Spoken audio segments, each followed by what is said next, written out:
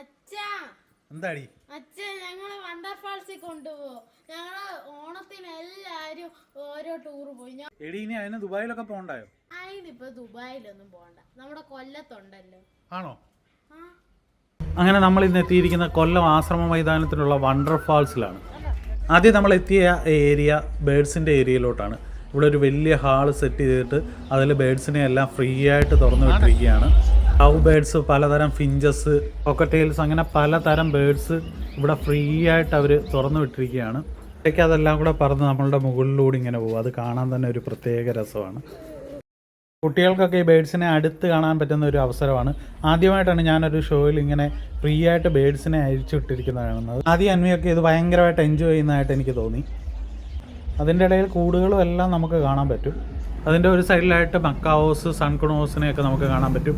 പിന്നെ ഇതിനെയൊക്കെ നമുക്ക് കയ്യിലെടുത്ത് വെച്ചിട്ട് സെൽഫിയൊക്കെ എടുക്കാനുള്ള അവസരമുണ്ട്. അതിനൊക്കെ സ്പെഷ്യൽ ചാർജസും ഉണ്ട്. ഇതിയുടെ വലിയൊരു ആഗ്രഹമായിരുന്നു പോക്കറ്റ് മങ്കിയെ ദേഹത്തെടുത്ത് വെച്ചിട്ട് ഫോട്ടോ എടുക്കണമെന്നൊക്കെ, ആ ഒരു ഫീലിങ്സ് അറിയാൻ വേണ്ടിയിട്ട്. ഭയങ്കര ടൈംഡായിട്ടുള്ള ഒരു മങ്കിയാണ്. അവന് ഏറ്റവും ഇഷ്ടപ്പെട്ടത് ആദ്യയുടെ ഗ്ലാസ്സാണ്. അതേ കയറിയിരുന്നുള്ള പണിയാണ് മൊത്തം.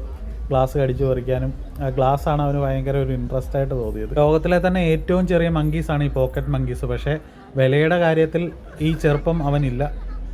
നല്ല ലക്ഷങ്ങളാണ് ഇവൻ്റെ വില. ആമസോൺ കാർഡുകളിലാണ് ഇവരെ കണ്ടുവരുന്നത്. ഇവനെ നമ്മൾ കയ്യിലെടുത്ത് വെച്ച് ഇങ്ങനെ ഫോട്ടോസും സെൽഫീസും ഒക്കെ എടുക്കുന്നതിന് 500 രൂപയാണ് ഇവർ ചാർജ് ചെയ്യുന്നത്. ഭയങ്കര ആക്റ്റീവായിട്ടുള്ള ഒരു മങ്കിയാണ്. ഒരു സമയം അവൻ വെറുതെ ഇരിക്കത്തില്ല.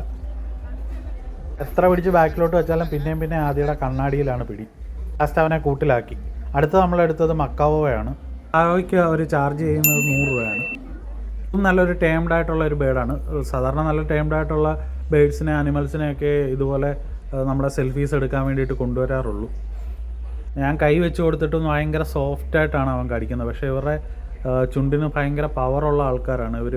വേണമെങ്കിൽ നല്ല കമ്പി വരെ കടിച്ചു മുറിക്കാൻ കഴിവുള്ള ചുണ്ടുകളാണ് ഇവരുടെ. എടുത്തതാണ് നമ്മുടെ താരത്തിനെ എടുത്തത്. ഇത് പൈത്തണാണ്. ഇത് ഇന്ത്യക്കാരല്ല, ഇത് വിഷമില്ലാത്ത തരം പാമ്പുകളാണ്. ആദ്യക്ക് ഈ ചെറിയ പാറ്റയും പല്ലിയെയൊക്കെ പേടിയാണെങ്കിലും പാമ്പിനെയൊക്കെ അവൾ കൂളായിട്ട് ഹാൻഡിൽ ചെയ്യും. ആകെ ഒരു പ്രശ്നം, അത് ഇടയ്ക്ക് മുഖത്തോട്ട് ഇഴഞ്ഞു കയറുന്നുണ്ടായിരുന്നു. അതുമാത്രമേ ഉള്ളായിരുന്നു ആദ്യക്ക് ഒരു പ്രശ്നം. ഫുഡ് എങ്ങാണ്ട് എടുത്തിട്ട് റെസ്റ്റ് ചെയ്യുന്ന സമയത്താണ് നമ്മൾ മെയിനായിട്ട് എടുത്തത്. അതുകൊണ്ട് ആൾ അത്ര കംഫർട്ടബിൾ ആയിരുന്നില്ല. അന്വി ഇടയ്ക്ക് വന്ന് തൊട്ട് നോക്കുന്നുണ്ട്. അവനത്ര കംഫർട്ടബിൾ അല്ലാത്തതുകൊണ്ട് തന്നെ ആദ്യയുടെ കയ്യിലൊന്നും ഇരിക്കാതെ എങ്ങനെയും ഇഴഞ്ഞ് വെളിയിലോട്ട് ചാടാനാണ് ശ്രമിച്ചുകൊണ്ടിരിക്കുന്നത്. അത് ഇടയ്ക്ക് ഉമ്മയൊക്കെ കൊടുക്കുന്നുണ്ട്. ആദ്യം ഇടയ്ക്ക് അവനെ കംഫർട്ടബിൾ ആക്കാൻ ഇങ്ങനെ ശ്രമിച്ചുകൊണ്ടിരിക്കുകയാണ്. പക്ഷേ ആളിങ്ങനെ എന്തൊക്കെയോ സെർച്ച് ചെയ്തുകൊണ്ടിരിക്കുകയാണ്. നമ്മളെയൊക്കെ ഇടയ്ക്ക് നോക്കുന്നുണ്ട്. ഒക്കെ തിരിച്ചു കൊടുത്ത് നമ്മൾ അടുത്തത് പോയത് മെർമെയ്ഡിൻ്റെ ഏരിയയിലോട്ടാണ്. കുറച്ച് ജെയിൻറ്റ് ഫിഷസിനെയൊക്കെ നമുക്ക് അതിൻ്റെ അകത്ത് കാണാം. അപ്പോൾ അതിൻ്റെ കൂടെ ഓക്സിജൻ സിലിണ്ടറൊക്കെ വെച്ചിട്ട് ഒരാളും അതിൽ കിടപ്പുണ്ട്. പുള്ളി നല്ലപോലെ നമ്മളോട് റെസ്പോണ്ട് ചെയ്യുന്നുണ്ട്. നമ്മളിവിടെ നിന്ന് കാണിക്കുന്ന സിമ്പിൾസിനനുസരിച്ച് പുള്ളിയും നല്ലപോലെ റെസ്പോണ്ട് ചെയ്യും. ലാസ്റ്റ് അൻവി ഗ്ലാസ്സിൽ കൈ കൊണ്ടുവച്ചപ്പോൾ പുള്ളിയും അതിനകത്തുനിന്ന് കൈയെ കറക്റ്റായിട്ട് കൊണ്ടുവച്ച്. അടുത്തതായിട്ടാണ് നമ്മൾ റിയൽ മെർമെയ്ഡിനെ കണ്ടത്. കറക്റ്റ് ഒരു മത്സ്യകന്യക തന്നെ. ആ ഒറിജിനാലിറ്റി തോന്നാനാവണം അവർ ഓക്സിജൻ സിലിണ്ടർ ഒന്നും യൂസ് ചെയ്തിട്ടില്ല. ഇടയ്ക്ക് മേളിൽ പോയിട്ട് ശ്വാസം എടുത്തിട്ട് വീണ്ടും ആ ശ്വാസം പിടിച്ച് കുറേ നേരം അതിനകത്തിലൂടെ എല്ലാം നല്ലപോലെ നീന്തി വീണ്ടും പോയി ശ്വാസം എടുക്കും. നമ്മൾ നേരിട്ട് കാണുമ്പോൾ നല്ല ഭംഗിയാണ്. പക്ഷേ ഈ ക്യാമറയിൽ കാണുമ്പോൾ നമുക്കത് ആ ഗ്ലെയർ അടിക്കുന്നതുകൊണ്ടായിരിക്കും അത്ര ക്ലിയറായിട്ട് അത് കിട്ടിയിട്ടില്ല. അവരും പുറത്ത് നിൽക്കുന്ന കാഴ്ചക്കാരുമായിട്ട് നല്ലപോലെ കമ്മ്യൂണിക്കേറ്റ് ചെയ്യുന്നുണ്ടായിരുന്നു. ആദ്യം കാണിക്കുന്ന സിമ്പിൾസിനൊക്കെ തിരിച്ചും അവരും നല്ലപോലെ റെസ്പോണ്ട് ചെയ്യുന്നുണ്ടായിരുന്നു. പിള്ളേർക്കൊക്കെ അതൊരു വലിയ അനുഭവമാണ്. ഇതെല്ലാം ആദ്യം കാണിക്കുന്നതിനനുസരിച്ച് അവർ തിരിച്ച് കാണിക്കുന്നതാണ്. അടുത്തൊരു സെഷനിലോട്ട് നമ്മൾ ചെല്ലുമ്പോൾ ഒരു മെർമെയ്ഡ് വെളിയിലിട്ടുണ്ട്. അവരെ കൂടി ഇരുന്ന് നമുക്ക് ഫോട്ടോസൊക്കെ എടുക്കാം. 50 രൂപയാണ് അവർ ചാർജ് ചെയ്യുന്നത്. അപ്പം അവർ ലവ് ചിഹ്നമൊക്കെ കാണിച്ചിട്ട് അതുപോലെ പോസ് ചെയ്യാനും ഹാഫ് ലവ് കാണിച്ചിട്ട് അതുപോലെ ഇവരെ വെച്ച് പോസ് ചെയ്യിപ്പിക്കുകയൊക്കെ ചെയ്തു. അടുത്ത് നമ്മൾ ചെല്ലുന്നത് ബട്ടർഫ്ലൈ ഊഞ്ഞാലിലോട്ടാണ്. നമ്മൾ ചാടിക്കയറി ഇരുന്നില്ലെങ്കിൽ ഇതിരിക്കാൻ സ്ഥലം കിട്ടത്തില്ല. അതുപോലെ ആൾക്കാർ അവിടെ ക്യൂ നിൽപ്പുണ്ട്.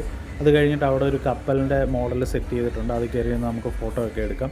അടുത്തതാണ് നമ്മുടെ പ്രധാന ഐറ്റം, വണ്ടർഫാൾസ്. അത് നമുക്ക് ഈ വീഡിയോയിൽ അത്രത്തോളം വലുപ്പമായിട്ട് തോന്നിയില്ലെങ്കിലും ഇത് 2 സൈഡിലായിട്ട് ഒരേ രീതിയിൽ സെറ്റ് ചെയ്തിരിക്കുന്ന വലിയ ഫാൾസാണ്. ഇതിനനുസരിച്ച് അവരവിടെ മ്യൂസിക് പ്ലേ ചെയ്യുന്നുണ്ട്. ഓരോ 10-15 മിനിറ്റ് കഴിയുമ്പോഴും ഈ ഒരു ഫാൾസ് ഓഫ് ചെയ്തിട്ട് അടുത്തത് ഓണാക്കും. അങ്ങനെയാണ് ഇത് പ്രവർത്തിച്ചുകൊണ്ടിരിക്കുന്നത്. ആദ്യം അന്വിയൊക്കെ വെള്ളത്തിൽ കിടന്ന് നല്ലപോലെ എൻജോയ് ചെയ്യുന്നുണ്ട്. നാച്ചുറൽ ഫാൾസിൽ നിന്ന് നമ്മൾ ഈ ഒരു ഫാൾസിലോട്ട് വരുമ്പോഴത്തേക്ക് ഇതൊരു വേറെ എക്സ്പീരിയൻസ് ആണ്. കുറേയൊക്കെ ഫൈബറിൻ്റെ റോക്സ് പോലെ ഉണ്ടാക്കി അങ്ങനെ വെച്ചിരിക്കുകയാണ്. അപ്പോൾ അതുകൊണ്ട് കുറച്ച് ഗ്രിപ്പൊക്കെ നമുക്ക് കിട്ടും. എന്നാലും കുട്ടികളെ കൊണ്ട് പോകുമ്പോൾ സൂക്ഷിച്ചിരിക്കണം, അല്ലെങ്കിൽ ഒന്ന് തെന്നിപ്പോയി കഴിഞ്ഞാൽ നമ്മൾ താഴോട്ട് ഉരുണ്ട് വീഴാനുള്ള ചാൻസ് ഉണ്ട്. നമ്മൾ രാത്രി വരുവാണെങ്കിൽ ഇത് കുറച്ചുകൂടെ എൻജോയ് ചെയ്യാൻ പറ്റും. കാരണം അവർ കളർ ലൈറ്റ്സൊക്കെ ഇട്ടിട്ട് ഇതൊരു വേറൊരു മൂഡായിരിക്കും. വേറെ ഡ്രസ്സ് കൊണ്ടുവരാത്തതിനാൽ പാറു ഇറങ്ങിയില്ല. അവിടെ ജെൻസിനും ഗേൾസിനും ഒക്കെ ഡ്രസ്സ് മാറാനുള്ള സൗകര്യങ്ങളെല്ലാം ഉണ്ട്. ഫാമിലി, ഫ്രണ്ട്സ്, കുട്ടികളൊക്കെ ആയിട്ട് വന്ന് നമുക്ക് സേഫായിട്ട് എൻജോയ് ചെയ്യാൻ പറ്റുന്ന ഒരു സ്ഥലം തന്നെയാണ് വണ്ടർഫാൾസ്. അതുപോലെ ഇവിടെ സ്കൈ ഡൈനിങ് സെറ്റ് ചെയ്തിട്ടുണ്ട്. അത് നൈറ്റിൽ മാത്രമേ ഉണ്ടാകത്തുള്ളൂ. ഞങ്ങൾ ചെന്നപ്പോൾ അത് താത്തിട്ടേക്കുമായിരുന്നു. 5 തൊട്ട് 10 വരെയുള്ള കുട്ടികൾക്ക് 150 രൂപയും അതിന് മുകളിലുള്ളവർക്ക് 200 രൂപയാണ് ഇവർ ചാർജ് ചെയ്യുന്നത്.